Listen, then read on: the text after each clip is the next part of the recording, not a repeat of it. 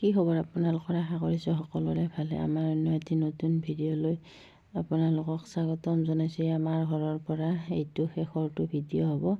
আজি ঘৰলৈ যামগৈ অলপ পিছতে। দুপৰীয়া ভাত পানী খাই দুপৰীয়া ভাত খাবৰ কাৰণে খুৰাহঁতে মাতিলে, তাত আহিলোঁ ভাত খাবৰ কাৰণে। এয়া পেহীয়ে আমাৰ কাৰণে ৰান্ধি আছে ভাত।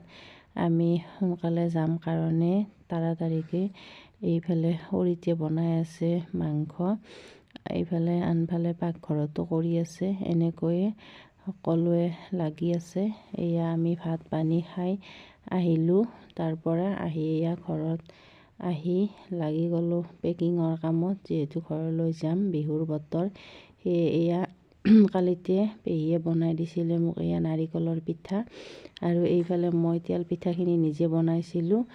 বাকী এইবিলাক বাকী আৰু কিবা কিবিটো আছে, এইবিলাক পেকিঙৰ কামত লাগি গ'লোঁ। দেৰিও হ'ব, এতিয়া সোনকালে যাম আৰু এইখিনি হ'লে। এয়া আহিলোঁ, যেনি তেনি ঘৰ আহি পালোঁহি।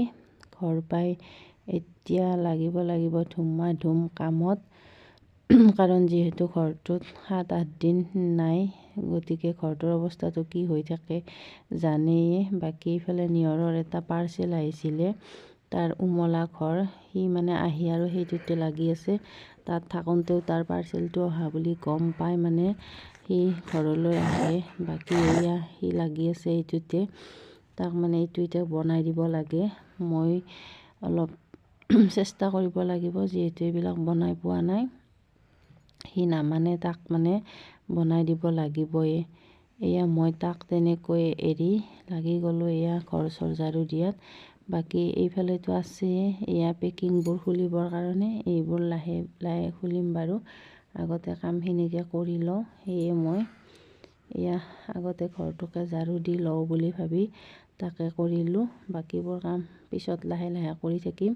ক'ৰবাৰ পৰা আহি ঘৰটো ঝাৰু দি নল'লে ভাল নালাগে, নহয়নে বাৰু?